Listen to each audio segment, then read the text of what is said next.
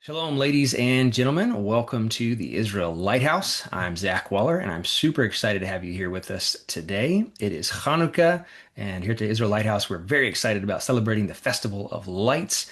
And today we have a very special guest who I'm very excited to introduce. Rabbi Elie Mischel is works for Israel 365. He's an author, editor, spokesman, lecturer, does all kinds of amazing things, bringing much light into this world. So I'm very honored to introduce Rabbi Elie Mischel. Rabbi Elie, welcome to the Israel Lighthouse. Amazing to be with you, Zach. Thanks for having me. All right, so Rabbi Elie, tell us, where are you? What are you doing? So I'm here at Newark Airport, getting ready soon to board a plane, an El Al flight back to Israel to come home. I've been traveling all across the country, meeting some amazing people, some incredible Mm. new Christian friends, and ready to go home and see my family and All right, celebrate the Festival of Lights. nice. So you've been out. You're from Israel. You've flown out into the to the States to speak, to tour, to share a message, and now you're on your way back. So tell us a little bit. What are you sharing as you're out there on the road? Why would you leave the land of Israel to go out to the land of the exile, to the Galut, and speak and share? Sure. So the role of the people of Israel is to be a light into the nation. That's what we're here for. Mm. I think for much of history that nobody was listening. So the Yeah. Jewish people forgot that that was our role. But, Yeah. fortunately today we're in the process of redemption, the beginnings, and there are Mm. people all over the world and certainly all over America Mm. who are looking to learn. And Hmm. it's truly remarkable. Zechariah 8, right? 10 people holding on to the shirt of the Jew. Mm. Um, I experience that every day of my life. But the truth Mm. is, this timing where I'm coming back now for Hanukkah is really appropriate because Mm. this holiday is the holiday of the nation of Mm. Israel. Mm. In a way, Wow. perhaps even more so than many of the other holidays that we have on our calendar. Mm. So, just to explain a Mm. little bit, I think, very often people see Hanukkah as kind of the Jewish version of Christmas, Mm. because they often, fall around the same time. And, Right. and that's really how it was understood or misunderstood for so long. And this is Mm. not a talk on Christmas, no knock on Christmas at all here, Mm. but rather to understand what Hanukkah is all about. Uh, Mm. it was a struggle of Jews against Greeks, but also a struggle of Jew against Jew. And that's something that gets papered over a lot. But it was really, in many ways, a civil war. It was Mm. a fight, a battle over the soul of the Jewish people. And what does it really mean to be a Jew? During Mm. that era, the Greek culture was so powerful, the Greek empires were so great that it was just overwhelming. The cultural influence, sort of like the cultural influences we have today, they're very Mm. difficult to hide. Yeah. Unless you're Amish and and you're really strict on the internet and horse and buggy and really don't connect with anybody. Right. It's very hard to resist the Mm. the, the cultural influences of our time. But in those days, you know, it was a battle not just over, will we be a religious nation, a nation that keeps the Torah, but Mm. really over whether we'll be a nation at all, right? Mm. The Hellenized Jews, they really saw themselves as Greeks of the Jewish persuasion, Mm. of the religion of Moses, perhaps, right? But Yeah. they saw themselves as Greeks, as part of this Greek empire, where Mm. the Maccabees, right, Judah the Maccabee, right, his father Mattathiah, his brothers, all of them, right, they fought, right, not just to be Greeks with freedom of religion. They certainly fought for that, but they also fought Mm. for national sovereignty, for Mm. independence. This was a national independence movement, Mm. and that really brings us to Wisdom to the gate core 63, question. wisdom to gate 63. Thank you. Sorry about the background noise, everyone. I'm here with Mm. my fellow Jews getting ready to come home. So, That's awesome. It's good. It's good to see it this is happening. really, it's happening as we speak, right And here. Ali, thank you for the follow with that here. That's the Israel airport for Claire, you. Israel Claire, Um, please so, come to so, gate 63 for information. so the question really was this, right? Mm. What does it mean to be a Jew? Many Mm. people think, I'm going to draw close to my Judaism. You always hear people Mm. today, American Jews often talk about, I want to reconnect to my Judaism, which Mm. is a very nice sentiment, but it's actually false. right? The word Judaism is actually a translation of a Greek word, iadesmos, meaning there is no word in the Bible for Judaism, right? It doesn't exist. We have a modern Hebrew word, but it doesn't exist in the Bible. And according to the Bible, the Jewish people are a nation, a people, and not a religion. We also don't have a word in the Bible. And it's fascinating. In the Hebrew Bible, there is no word for religion at all. Today in Hebrew, it's called dat, but that didn't exist back in those days. There was no such thing. Wow. God does not see the people of Israel as a religion, rather a nation that is a holy nation that has to live according to the Bible, according to the Torah. So that was really, this foreign Greek influence that kind of transformed or limited Judaism and made it and created this thing called Judaism and made the Torah into something which is a religion. But the reality is we are a nation.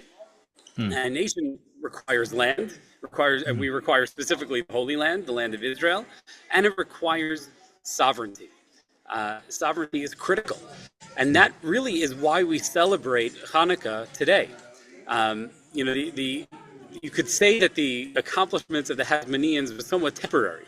They were the first to overthrow Greek rule, and they brought back Jewish sovereignty for the first time since destruction of the first temple. Since the Babylonians destroyed the temple, there was no sovereignty. The Jews came back under Persian rule for hundreds of years, and then the Greeks took over. So they were the first ones to bring back sovereignty. It didn't last very long. It was, maybe 100 years or so till the Romans came in and took over. But for those 100 years of sovereignty, even for that temporary time, we celebrate Hanukkah for the rest of history. And that's what Maimonides writes. Maimonides, the great Jewish thinker, philosopher, legal scholar. There's nobody as great as Maimonides, nobody like Moses. But from Moses to Moses, there's nobody like Moses. He was that great. And he spoke about that this really is the unique celebration of Hanukkah. It's the day of national independence, when we became a nation again in the way that we were meant to be, which really connects, to our modern Hanukkah, which is Israel's Independence Day.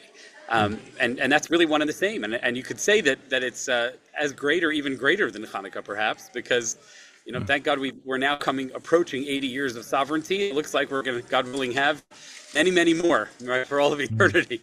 So it'll be even greater light than the light of Hanukkah. Amen. So Rabbi Elie, if I understand you right, you're saying that these boxes that we have had about different religions, we have Christianity, we have Judaism, we have the different world religions or whatever, that Judaism doesn't really fit into that same sort of classification as these other religions. That religion implies just like a belief system. So Christianity, you have to believe this, and this, whereas Judaism, it's more of an ethnicity, a nationality, a culture, like all that is part of it. And you can't separate within, what would you say, actual Judaism or the real thing, right?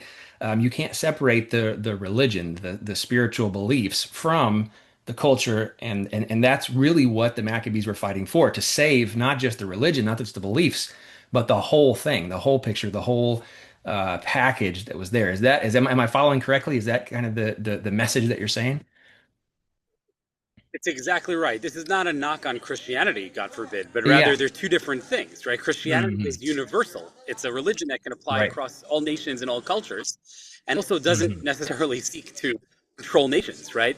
That's Yeah. what, you don't need a Christian army, but you do need a Jewish army because we have a Jewish state, right? And states Yeah. require armies, and we have to go to war, and we have to do what's necessary.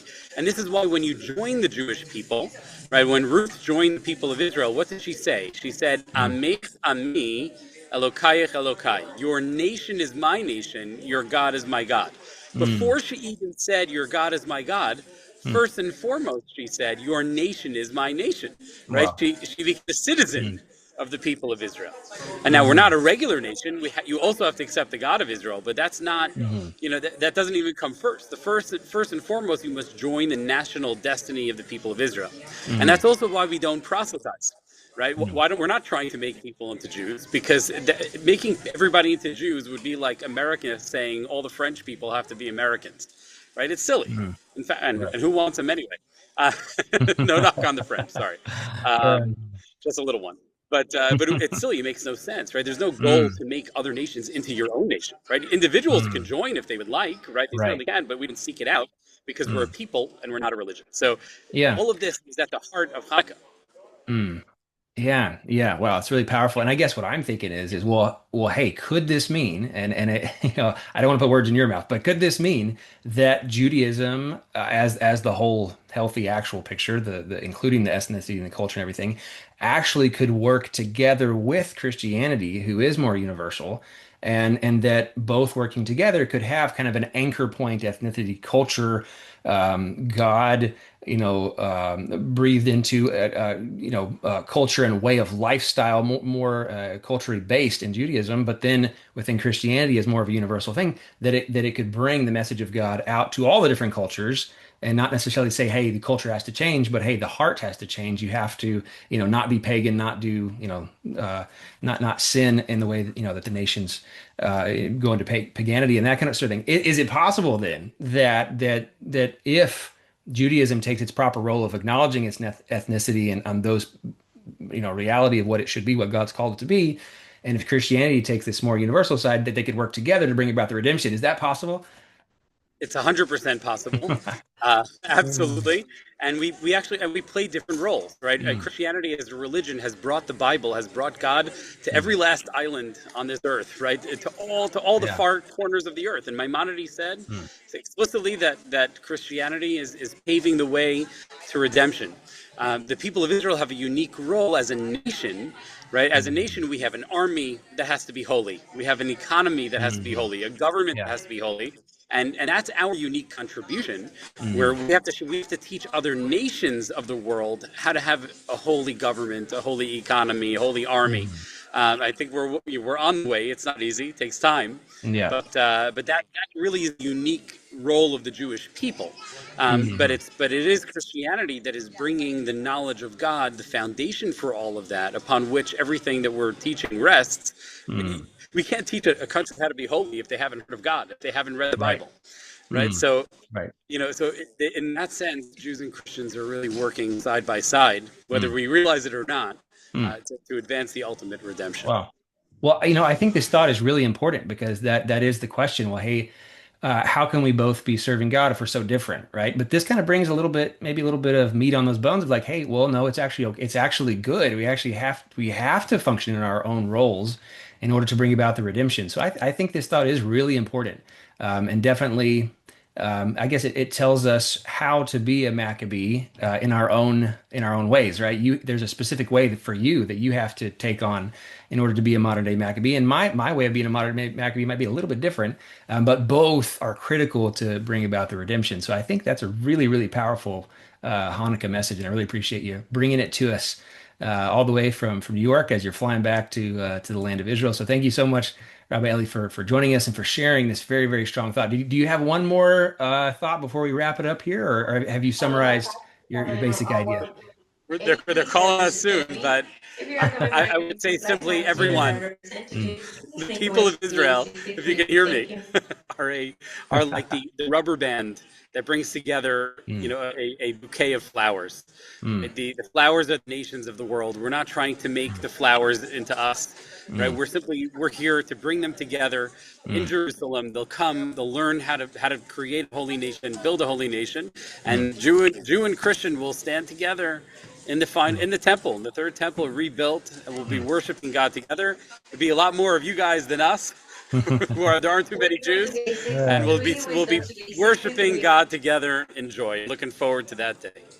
amen, amen. Well, thank you so much, Rabbi Elie. Really appreciate you coming on, and thanks for everybody for joining us. And Chanukah Sameach.